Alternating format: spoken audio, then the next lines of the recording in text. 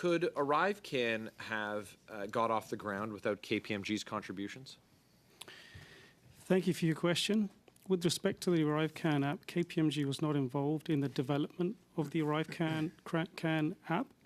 We were involved for the assessment of the security of the ArriveCAN app, and it was already off the ground when we were assessing it. Did KPMG contact the Government of Canada regarding work on ArriveCAN first, or did the Government of Canada contact KPMG first?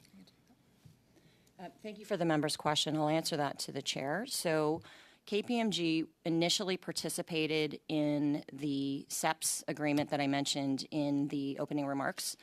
We were awarded a spot on that vendor of record contracting vehicle in July of 2020, and our work was subsequently contracted off of that vehicle. And we'll just accept that all of your questions are through the chair. Thank you. How many non-competitive contracts related to ArriveCAN was KPMG awarded? So thank you again for your question. What I'd like to say is, first of all of our work was contracted through the government's vehicles, procurement vehicles that were directed to us. Understood. Just the number of non-competitive contracts, please. So the contracts that were directed to KPMG for and I'm talking about the public health agency work at this point, we had a TA that was directed to us through the CEPS vehicle, and then there were 2 subsequent contracts that were directed to us through public health agency. So the number's 3. For the public health agency related work. And those non-competitive contracts were amended multiple times, yes or no, please? Sorry, thank you for the member's question. I just want to confirm that the initial TA was through the competitive CEPS vehicle, so that was competitively awarded and then subsequently directed to us. And sorry, could you repeat the second question, please? The contracts were amended multiple times, yes or no? Thank you for the member's question. And yes, our contracts were amended a few times.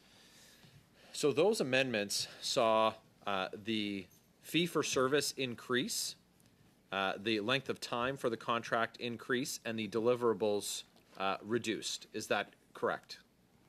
Thank you for the member's question. So the initial TA and the initial contract through Public Health Agency were incredibly detailed in terms of deliverables and key activities we were asked to provide. The subsequent and the final contract that was awarded by the Public Health Agency was less so by Public Health Agency, specifically because you have to remember that this was during the 3rd and 4th wave of the pandemic, and they required more flexibility because of wanting to be able to respond to unforeseen events and policy changes at the time. So just for clarity, the Auditor General said in her report that KPMG had contracts amended to do exactly what I detailed. Add additional costs, make the deliverables over a longer period of time with less specific deliverables.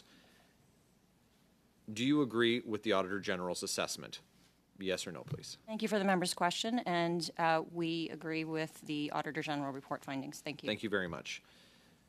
Who in the government was KPMG's contact for the non-competitive contracts that KPMG received? So the name of the individual at the department, please. So I'd be happy to start just the description of that through the Public Health Agency work, and then I might ask Hartaj to speak to the other contract. You have about 10 seconds to get us a name before the end of my time. So please. We were contacted through the CEPS vehicle to work with the Public Health Agency under Sharif Abdu. Thanks very much. Thank you very much.